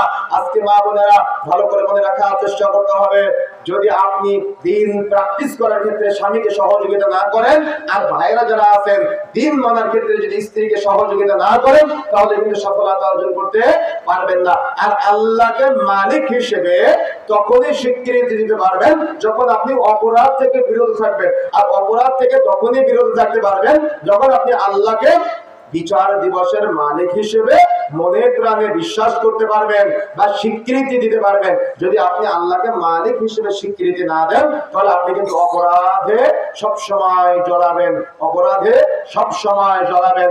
দেখেন রাসূলুল্লাহ সাল্লাল্লাহু আলাইহি সাল্লাম বলছেন, আল হায়াউ লা ইয়াতি ইল্লা বিখাইর, লজ্জাশীলতা কল্যাণ ছাড়া কিছুই আনয়ন করে না। যেখানে লজ্জা নাই সেখানে কল্যাণ নাই। ইমামরা এটার চারটা ব্যাখ্যা করেছেন। এক, নিজেকে নিজে লজ্জা পাওয়া। যখন কোনো ব্যক্তি আল্লাহকে ভয় করে নিজেকে নিজে লজ্জা পাবে যে আমি তো আব্দুল্লাহ, আমি তো আব্দুর রহমান, আমি তো আব্দুল কুদ্দুস, আমি তো অপরাধ করতে পারি না, আমি তো পাপ কাজ করতে পারি না, এই পাপ আমার দ্বারা সম্ভব না, তখন সে কি করবে? তখন সে নিজেকে নিজে লজ্জা পেয়ে পাপ থেকে বিরত থাকবে। দুই নম্বরে মনে রাখতে হবে যে লজ্জার ব্যাখ্যা হলো ছোটরা অভিভাবকদের লজ্জা পাবে। যদি ইমাম নাসিরুদ্দিন আলবানী রাহিমাহুল্লাহ, ইমাম নবী রাহিমাহুল্লাহ এর ব্যাখ্যা করেছেন, ছোটরা বড়দের তখনই লজ্জা পাবে যখন বড়রা ছোটদের লজ্জা পাবে। তার মানে বড়রা যখন ছোটদের সামনে পাপ করা থেকে বিরত থাকবে, তখন ছোটরা বড়দের সম্মান করবে, বড়দের ইজ্জত করবে, বড়দের মর্যাদা দিবে। কিন্তু বড়রা যদি ছোটদের সাথে পাপে জড়ায়, তাহলে ছোটরা কখনো বড়দের ইজ্জত করবে না, সম্মান করবে না। আর যখন বড়দের সম্মান করবে না, তখন তারা আল্লাহকে ভয় পাবে না। কথা বুঝেন না মনে হয়? কথা বুঝতে পেরেছেন? তখন তারা আল্লাহকে ভয় পাবে না। দেখেন, আপনি আপনার সন্তানের এই ভয়টা নষ্ট করে দেন কিভাবে? বাড়িতে পাওনাদার এসেছে, আপনি বলেন আপু যাও বাইরে গিয়ে বলো তোমার আপু বাড়িতে নেই। বলেন তো আপনি আপনার সন্তানকে কি শিক্ষা দিলেন? কি শিক্ষা দিলেন? মিথ্যা বলা শিক্ষা দিলেন। ছেলেকে নিয়ে আপনি বলতেছেন এই আমার ছেলেটা দাড়ি কেটে দাও, তাহলে আপনার ছেলেকে আপনি কি শিক্ষা দিলেন? দাড়ি কাটা শিখালেন। একটা 7 বছর বয়সের ছেলেকে নামাজে পড়ানো দরকার, কিন্তু আপনি কি করলেন? 5 টাকা হাতে দিয়ে বললেন যে আপু সিগারেট কিনে নিয়ে আসো। ও একদিন যায়, 2 দিন যায়, 3 দিন যায়, 5 দিন পরে আমার আপু কি খাই, আমিও একটু খাই। কি বিষয়টা এমনটা না? তাহলে যখন সে অভিভাবকদের লজ্জা করবে না, তখন সে আল্লাহকে লজ্জা করবে না, তখন সে আল্লাহকে ইজ্জত করবে না। কেন? এই হাদিসের ব্যাখ্যার শেষ ব্যাখ্যা হলো যে লজ্জার সর্বোচ্চ স্তর হলো আল্লাহকে লজ্জা পাওয়া। যে আল্লাহকে লজ্জা পাবে না, তার মধ্যে লজ্জা নাই। কথা বুঝে দেওয়া না? কথা বুঝতে পেরেছেন? এই জন্য আল্লাহকে লজ্জা তখনই আপনার সন্তান পাবে যখন আপনার সন্তান নিজেকে লজ্জা পাবে, যখন আপনার সন্তান বড়দের লজ্জা পাবে। সুতরাং এই লজ্জার বিষয়টা গুরুত্ব দেওয়ার চেষ্টা করবেন। কিয়ামতের মাঠে এই ভয়াবহ অবস্থা সম্পর্কে আপনার সন্তানকে জানাতে হবে। আমি আজকে এখানে আসার সময় এক ভাই আমাকে দেখাচ্ছিলেন, নিউ ইয়র্কের এক ছেলে, তিনি একজন শেখের কাছে জান্নাতের আকাঙ্ক্ষা নিয়ে বলতেছে। ছোট্ট একটা বাচ্চা ছেলে জান্নাতের আকাঙ্ক্ষা নিয়ে বলতেছে, মাহে রমজানের মাধ্যমে সে কিভাবে জান্নাত পেতে পারে সিয়াম পালনের মাধ্যমে। ছোট্ট বাচ্চা ছেলেটার আবেগ থেকে দেখলাম সে কান্না করে দিয়েছে। আপনারা হয়তো দেখেছেন। তো এই যে একটা আবেগ, এই আবেগটা আপনার ছেলের মধ্যে নাই কেন? নাই এই জন্য আপনি জুমার দিন সবার শেষে মসজিদে যান, আপনার এলাকায় মাহফিল হয়, আপনি এটাকে মূল্যায়ন করেন না, তাফসীর হয়, আপনি মূল্যায়ন করেন না, উঠে যান, এমন একটা ভাব করেন যেন সব জানেন আপনি, কিন্তু এখন সুবহানাল্লাহ আল্লাহর সাথে রক্ত জানেন না। আমার কথা রাগ করিয়েন না। কথা বুঝতে পেরেছেন? তাহলে এমন একটা মুড, এমন একটা মশিয়ান আমাদের যে আমরা সব জেনে ফেলেছি, এমন একটা ভাবখানা করে আমরা উঠে যাই যেন আমাদের এমন একটা চিন্তা যে আমরা সব জেনে ফেলেছি, কোনো জানার কমতি নাই, হুজুর যা বলবে সব জানা আছে, কিন্তু এখন সাজদায় গিয়ে কি পড়েন কিছুই বুঝেন না। আমার কথা বুঝেন না, আমার কথা বুঝতে পেরেছেন? এই জন্য সন্তানদেরকে চেষ্টা করেন, নিজে জানার চেষ্টা করেন, সন্তানদেরকে জানানোর চেষ্টা করুন, তাহলে আপনি সমাজ পরিবর্তন করতে পারবেন। তা না হলে আগামীর যে সমাজ আসতেছে, এ সমাজ হবে বখাটেদের সমাজ, এ সমাজ হবে জেনাখোরদের সমাজ, এ সমাজ হবে প্রেম প্রীতির সমাজ, যদি আপনি আপনার সন্তানকে মানুষ করে যেতে না পারেন। এজন্য আপনার সন্তানকে আল্লাহকে চিনাতে হবে, যাতে করে আপনার সন্তান আল্লাহর দিদার আকাঙ্ক্ষা করে। আপনার সন্তানকে আল্লাহকে চিনাতে হবে, যাতে করে আপনার সন্তানের জান্নাতের আশা থাকে, যাতে করে আপনার সন্তান জাহান্নাম থেকে দূরে থাকতে চায়। জাহান্নামের ভয়াবহতা বুঝাতে হবে আপনার সন্তানকে। আপনার সন্তানের রাসূলের প্রতি প্রেম, রাসূলের প্রতি ভালোবাসা, এটা ফিল করাতে হবে আপনাকে, বুঝাতে হবে আপনাকে। যদি আপনি বুঝাতে ব্যর্থ হন তো আপনি ব্যর্থ পিতা। আপনার সন্তানকে ও বড়দের লজ্জা পাওয়া শিখাতে হবে। আপনার সন্তানদেরকে জান্নাতের একটা প্রবল আকাঙ্ক্ষা থাকতে হবে। আপনার সন্তানদেরকে কবরের ভয়াবহতা সম্পর্কে জ্ঞান দিতে হবে। যদি আপনি জ্ঞান দিতে ব্যর্থ হন বা ইলম শিখানোর ক্ষেত্রে ব্যর্থ হন, তো আপনার সন্তান ক্ষতিগ্রস্ত হবে, আপনিও ক্ষতিগ্রস্ত হবেন। ভাই, এখানে আমাদের কোনো যায় আসবে না। আপনি ক্ষতিগ্রস্ত হবে, আপনার সন্তান ক্ষতিগ্রস্ত হবে। আমরা দেখেছি, আমরা যখন ছোট ছিলাম, আমাদের গ্রামে কোনো আহলে হাদিস মসজিদ ছিল না। তো আমার আব্বু আমাদের প্রায় 4-5 কিলোমিটার দূরে জুমার দিন সকাল 10টা-11টার সময় মসজিদে নিয়ে বসে থাকতো। কিন্তু আপনার বাড়ির পাশে আহলে হাদিস মসজিদ, আপনাকে নামাজের আগে ছাড়া মসজিদে পাওয়া যায় না। কারণ নামাজের সময় মসজিদে ঢুকে আবার নামাজ পড়ে সুন্নত পড়ার টাইম নিয়ে মসজিদ থেকে বের হয়ে চলে আসেন। আপনি কেন আপনি মূল্যায়ন করবেন? আপনি তো সব জানেন, আপনার তো জ্ঞানের অভাব নাই, আপনি তো জ্ঞানের ভান্ডার, ইলমের ভান্ডার। আপনি চায়ের দোকানে বসে হুজুরের সমালোচনা করেন। সুতরাং বন্ধুরা আমার, যে কথা বলতে চাচ্ছিলাম, এভাবে যদি সমাজ চলতে থাকে তাহলে সমাজের পরিবর্তন হবে না। তারপরে রাতে আমরা বলি ইয়াকা না'বুদু ওয়া ইয়াকা নাস্তাঈন। ইয়াকা শব্দের অর্থ হলো একমাত্র, কেবলমাত্র, শুধুমাত্র। না'বুদু আল্লাহ তোমার ইবাদত করি, ও এবং ইয়াকা একমাত্র, কেবলমাত্র, শুধুমাত্র। নাস্তাঈন আল্লাহ তোমার কাছে সাহায্য চাই। কাকে বললাম বলেন তো? ইবাদত কার করি? একমাত্র। একমাত্র মানে এখানে খাস করা, খাস। পৃথিবীতে বহু রব আছে, অর্থাৎ বানানো রব, বানানো ইলাহ। আমাদের সমাজে কালিমার অনুবাদ কি করা হয়? লা ইলাহা ইল্লাল্লাহর অর্থ কি বলেন? কি বলেন? লা ইলাহা ইল্লাল্লাহর অর্থ কি? সমাজে প্রচলিত আছে আল্লাহ ছাড়া মাবুদ নাই। এই অর্থ কি ঠিক? এই অর্থ ঠিক নয়। সঠিক অর্থ হলো বিহাক্কিন লা মাবুদা ইল্লাল্লাহ। আল্লাহ ছাড়া হক, আল্লাহ ছাড়া প্রকৃত, আল্লাহ ছাড়া সত্য কোনো মাবুদ নাই।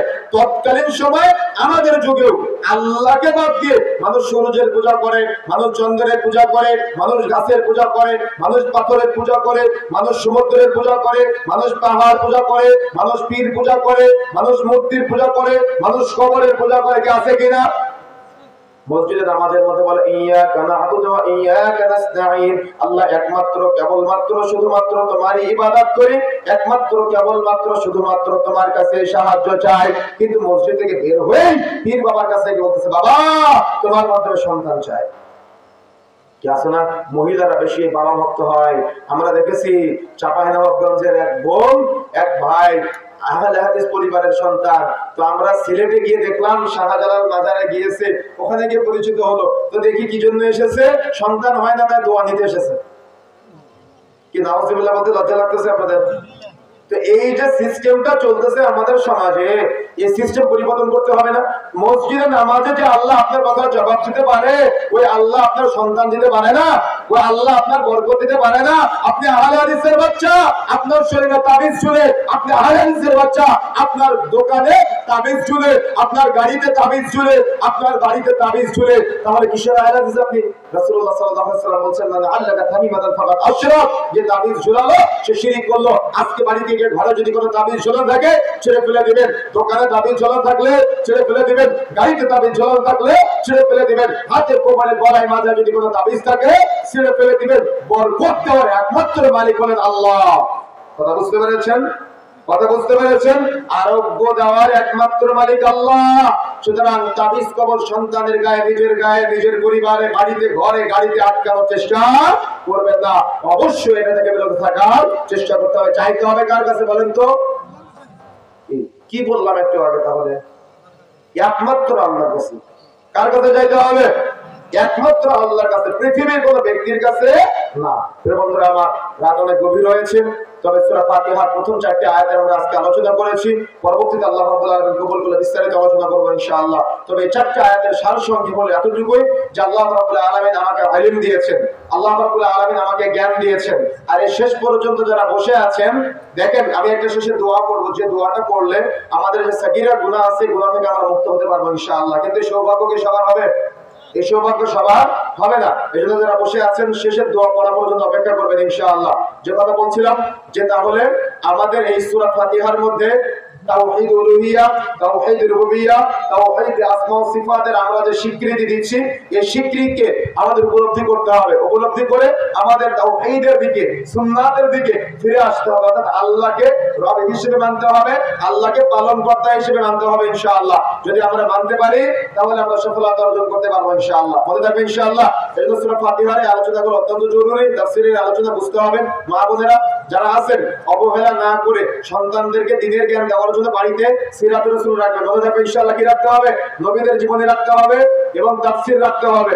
যদি তাফসীর থাকে, নবীদের জীবনী থাকে এবং হাদিসের কিছু ছোট ছোট কিতাব রাখেন, যেখান থেকে আপনারা ইলম অর্জন করতে পারবেন, বুলুগুল মারাম রাখতে পারেন, বা অন্যান্য আকীদা বিষয়ে যে কিতাবগুলো আছে এগুলো রাখবেন। টিভি সিনেমা না দেখে অন্তত এই বইগুলো পড়বেন। শেখ মুজিবুর রহমান মাদানীর বক্তব্য শুনবেন, দেখবেন ইলমের ভান্ডার, তাওহীদের ভান্ডার। যত যে যা বিরোধিতা করুক না কেন, আপনি এগুলোর মাধ্যমে, শেখদের মাধ্যমে, শেখ আব্দুর রাজ্জাক বিন ইউসুফ, মুজাফফর মুহসিন, মতিউর রহমান মাদানী, শেখদের বক্তব্য বেশি বেশি শুনবেন, দেখবেন ঈমান বৃদ্ধি পাবে আস্তে আস্তে ইনশাআল্লাহ। এবং বেশি বেশি পড়াশোনা করার চেষ্টা করবেন। হাতে প্রশ্ন ধরিয়ে দিয়েছেন, উস্তাদি বসে আছে, উস্তাদের সামনে কি উত্তর দেওয়া ঠিক হবে? বর্তমানে বেশ কিছু রাজনৈতিক দল নিজেদেরকে ইসলামী দল বলে দাবি করে। আসলে কি তারা ইসলামী দল? আর আমাদের দেশে কোন দল ইসলামী আছে? জটিল প্রশ্ন। প্রিয় বন্ধুরা আমার, বিষয়টা হলো বাংলাদেশের মানুষের একটা ধর্মীয় আবেগ আছে। কথা বুঝতে পেরেছেন? কি আছে? ধর্মীয় একটা আবেগ আছে। ইসলাম মানতে হবে, খেলাফত প্রতিষ্ঠা হবে। পাশে উস্তাদি বসে আছেন। রাসূলুল্লাহ সাল্লাল্লাহু আলাইহি ওয়াসাল্লাম মৃত্যুর আগে 4টা ভবিষ্যৎবাণী করেছিলেন। আপনারা শুনেছেন হাদিসটা, আমি আরেকবার স্মরণ করে দিই। এক, রাসূলের মাধ্যমে নবুয়াত এসেছে। রাসূল চলে যাওয়ার মাধ্যমে নবুয়াত চলে যাবে, উঠে যাবে, নবুয়াত আর আসবে না, অর্থাৎ ওহী আর আসবে না। রাসূল মারা যাওয়ার পরে খেলাফত আমল আসবে। কি আসবে? কথা বলতে হবে। কি আসবে? খিলাফত আমল আসবে। এই খিলাফত আমলের একটা সময়সীমা আছে 30 বছর। তবে নবুয়াতের তরিকায় খিলাফত আমলটা আল্লাহ যতদিন চাইবে ততদিন থাকবে। আল্লাহ যখন চাইবেন না তখন এটাকে উঠিয়ে নিবে। কি আবু বকর, উমর, উসমান, আলী 4 জন খলিফা ছিলেন নবুয়াতের তরিকায়। তারা চলে যাওয়ার মাধ্যমে নবুয়াতের তরিকায় খিলাফত শেষ। তারপরে আসবে স্বৈরাচারী রাজা বাদশাদের আমল 3 নম্বরে। আল্লাহ যতদিন চাইবে ততদিন থাকবে, যখন চাইবেন না তখন উঠিয়ে নিবে। লম্বা সময় তারা গোটা পৃথিবীব্যাপী ছিল। তারপরে 4 নম্বরে আল্লাহ রাসূল বলছেন, তারপরে আসবে জবর দখলকারী শাসকের আমল। জবর দখলকারী শাসক যারা জোর করে ক্ষমতায় থাকবে, অর্থাৎ যারা জোর করে শাসন ক্ষমতা নেওয়ার চেষ্টা করবে, পোস্টার টানিয়ে নিজেদেরকে দায়িত্বশীল বানাবে। কথা বুঝতে পেরেছেন? রাসূলুল্লাহ সাল্লাল্লাহু আলাইহি ওয়াসাল্লাম বলেছেন, তোমরা দায়িত্ব চেয়ে নিবা না। কিন্তু আমি বললাম আমি মুসলিম, আমি ইসলামিক, আমি ধর্মের প্রচার করব, আমি ইসলামের বড়াই করব, আমি ইসলামের দাওয়াত দিব। এখন আমি বললাম তোমরা আমাকে ভোট দাও, আমি সব পরিবর্তন করে দিব। আমি প্রথমে রাসূলকে মানলাম না, বিরোধিতা করলাম? আমি কারোর বিরোধিতা করতেছি না, আমি হাদিসের কথা বলতেছি। রাসূল বলেছেন তোমরা দায়িত্ব চেয়ে নিও না, ক্ষমতা চেয়ে নিও না। এখন আমি ক্ষমতায় আসার আগেই আমি কি করলাম? পোস্টার টানিয়ে বললাম তোমরা আমাকে ভোট দাও, আমি ইসলাম কায়েম করব। কি কথা আছে না? কথা আছে কিনা? তাহলে প্রথমে কার বিরোধিতা করলাম? উস্তাদ জি আমি ভুল বলছি। প্রথমে কার বিরোধিতা করলাম? রাসূলের বিরোধিতা করলাম। আমার কথা বুঝেন না মনে হয়? প্রথমে রাসূলের বিরোধিতা করলাম। এটা তো 1 নম্বর স্টেপ। এরকম বহু স্টেপ আছে, পর্যায় করবে। কথা বুঝতে পেরেছেন? এই জন্য খেলাফত আমল নবুয়াতের তরিকা শেষ। আর আসবে ঈসা আলাইহিস সালাম ইমাম মাহদির মাধ্যমে। কথা বুঝতে পেরেছেন? এর আগে বিশেষ করে উলামায়ে কেরামের মাসআলা অনুযায়ী এর আগে এটা আকাঙ্ক্ষা করাও আসবে না, এটা সম্ভব না। এখন আসবে জবর দখলকারী। কে কার মতো জোর করে ক্ষমতায় থাকতে পারে, কে কার মতো জবর দখল করে ক্ষমতা দিতে পারে। ভারত মারামারির যুগ। কে কাকে মারতে পারে, কে কাকে মারবে জানে না কেন মারলাম, আর কে মরবে সেও জানবে না কেন মরলাম। কথা বুঝেন নাই? এখন হলো এই যুগ। এখন এই যুগে আপনি কাকে ইসলামিক বলবেন? কেউ টুপি পরলো, দাড়ি পরলো, আপনি তাকে ইসলামিক বলবেন, এই ফিতনায় পা দিবেন না। কথা বুঝতে পেরেছেন? মানহাজ বিশুদ্ধ করবেন, আকীদা বিশুদ্ধ করবেন। আমি কিন্তু কথা ক্লিয়ার কাট বললাম, কথা স্পষ্ট। এখন আমি বললাম আমি ইসলাম সাইনবোর্ড ব্যবহার করলাম, কিন্তু আমি নবীর বিরোধিতা করে আমি যুক্তি খাড়া করলাম। কথা বোঝে না? আমার কাপড় টাকুনোর নিচে আমি সুন্নতের প্রচার করলাম, আমার মুখে দাড়ি নাই আমি সুন্নতের প্রচার করলাম, এটা অযৌক্তিক না? আমার কথা বুঝতে পেরেছেন? এই জন্য কথা ক্লিয়ার, কথা স্পষ্ট, ধোকায় পা দিবেন না। কি ধরনের পোশাকে সালাত হবে না? যদি কাপ খোলা থাকে এবং পুরুষের যদি কাপড় টাকনুর উপরে থাকে, ওই হাঁটুর উপরে থাকে, কথা বুঝতে পেরেছেন? তাহলে সালাত হবে না। কাঁধ অবশ্যই ঢাকা থাকতে হবে, হাঁটুর নিচে থাকতে হবে, টাকনুর উপরে থাকতে হবে, আর নারীদের পুরো শরীর থেকে সালাত আদায় করতে হবে। সাহেব কি এটা শ্বশুর, আচ্ছা শ্বশুর বাড়ি থেকে কি জোর করে বিদায়, বুঝলাম না এটা কি লেখা, শ্বশুর বাড়ি থেকে কি জোর করে, এটা কি জিনিস মানে বুঝে নাই, বুঝায় বলেন বিদায়ের ব্যবহার কি মানে, মানে পণ না যৌতুক এগুলা নাকি? তাহলে এটা কি জিনিস?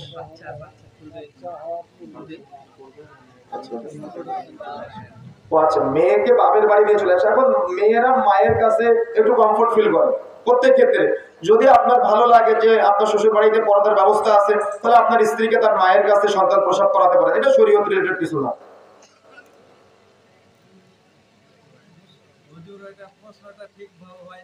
তাহলে বলেন, যার স্ত্রী প্রেগনেন্ট হয় কিনা, তারপরে যখন মানে শ্বশুরবাড়ি নিয়ে যাবে, কিন্তু মানে ইয়ার ভিতরে কিন্তু অনেক মানে চাহিদা দেওয়া হয়, গরুর মাংস দিবে, আটা দিবে, কত কিছু দিবে, এগুলো সিস্টেম এগুলো প্রচলিত আছে, কিন্তু এগুলো উচিত না, এগুলো শরীয়ত সম্মত না। যদি এমনটা হয় তাহলে এগুলো শরীয়ত সম্মত না। আচ্ছা আচ্ছা, তাহলে আমি এই শব্দটা শুনি নাই আগে, কথা বুঝতে পারছেন? এগুলো শরীয়ত সম্মত না, এগুলো থেকে বিরত থাকবেন। আচ্ছা, প্রশ্ন করেছেন বাচ্চারা কতদিন মায়ের দুধ পান করতে পারবে? এটা 2 বছর পর্যন্ত বলা হয়েছে, 2.5 বছর পর্যন্ত চেষ্টা করবেন, তারপরে সালান দেওয়ার চেষ্টা করবেন ইনশাআল্লাহ। আমাদের সমাজে পর্দার বিধান আসলে শুধু নারীদের বোঝানো হয়, পুরুষের পর্দার বিধান অবশ্যই পুরুষের পর্দার বিধান আছে।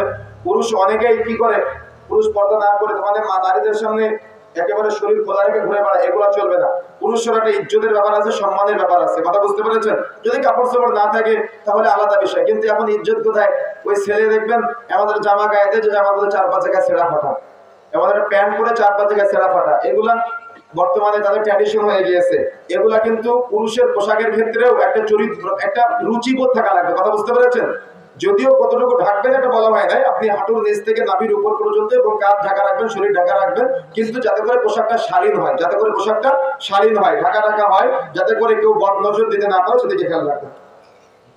কোন কোন অবস্থায় সালাতরত ব্যক্তির সামনে দিয়ে যাওয়া যায় আর কতটুকু সামনে দিয়ে যাওয়া যায় চেষ্টা করবেন সূত্র দেওয়ার জন্য। তবে এখানে অনেকগুলো ইখতিলাফ আছে বিষয়টা নিয়ে, চেষ্টা করবেন যদি বিশাল জরুরত থাকে তাহলে সামনে দিয়ে যেতে পারেন, কাতারের মাঝখান দিয়েও যেতে পারেন প্রয়োজনে। তবে যদি জরুরত না থাকে, দেখা যাচ্ছে এ ব্যাপারে একটা হাদিস পাওয়া যায় যে যাওয়া উচিত না, তবে চেষ্টা করবেন বসে থাকার জন্য। যদি জরুরত থাকে তো ওলামায়ে কেরাম বলেছেন আপনি সামনে দিয়ে হেঁটে যেতে পারেন ইনশাআল্লাহ। তবে যারা সালাতে এমনি ফাঁকা জায়গায় দাঁড়াবেন, সামনে সূত্র দিয়ে নেওয়ার চেষ্টা করবেন। মেয়েদের গোসলের সময় কাপড় কতটুকু খোলা থাকতে পারবে? যদি একাকি থাকে যতটুকু মন চায় খুলতে পারে, সমস্যা নেই। কিন্তু মেয়েরা কিন্তু পুকুরে গোসল করতে পারবে না, খোলা জায়গায়। পুকুরে গোসল করতে পারবে যদি কাপড় দিয়ে আলাদা ঘেরা থাকে, যেখানে কেউ দেখবে না, কথা বুঝতে পেরেছেন? গোসলখানা যেভাবে মন চায় গোসল করতে পারে, সমস্যা নেই। আমরা কি বেদাতি আলেমদের কাছ থেকে জ্ঞান নিতে পারবো? তো বেদাতি তো বললেন, তো জ্ঞানের বিষয় আসলে কিভাবে? আমার কথা বুঝেন না, এটা তো আপনাদের অজ্ঞতা। এখানে যেখানে অনলাইনে যে যত বেশি ভাইরাল, সে যদি কোরআন হাদিসের জ্ঞান নাও থাকে, তো আপনারা তারা লোক বেশি হবে, টাকা বেশি উঠবে মাহফিলে, এগুলো আপনাদের চিন্তা। কিন্তু সবসময় চিন্তা করবেন যে জ্ঞান আছে কিনা, কোরআন হাদিসের বক্তব্য দিবে কিনা। স্টেজে বসেই হলুম দাঁড়ান, মাইক ফেটে যাবে, মাইক চলে যাবে, কেউ বাসে উঠে, কেউ দেখা যাচ্ছে কত রকম কিচ্ছা কাহিনী সল্লাহ গায়, জিল্লাল্লাহ জিকির করতে করতে মাহফিলের অর্ধেক পার, এগুলো আছে না? এগুলো থেকে বিরত থাকবেন, এগুলোর মাধ্যমে কোনো উপকার হয় না ইসলামের। সুতরাং চেষ্টা করবেন বিরত থাকার জন্য। আল্লাহ রাব্বুল আলামিন আমাদের সবাইকে বুঝার তৌফিক দান করুন। আল্লাহ রাব্বুল আলামিন আমি সহ আমাদের সবাইকে কোরআন এবং সহিহ সুন্নাহর এই কথাগুলো বোঝার এবং আমলে বাস্তবায়ন করার তৌফিক দান করুন। আল্লাহুম্মা আমিন। সুবহানাকাল্লাহু ওয়া বিহামদিক, বলেন আমার সাথে সবাই, সুবহানাকাল্লাহু ওয়া বিহামদিক, আশহাদু আল্লা ইলাহা ইল্লা আনতা, আস্তাগফিরুকা ওয়া আতুবু ইলাইক। আসসালামু আলাইকুম ওয়া রাহমাতুল্লাহি ওয়া বারাকাতুহু।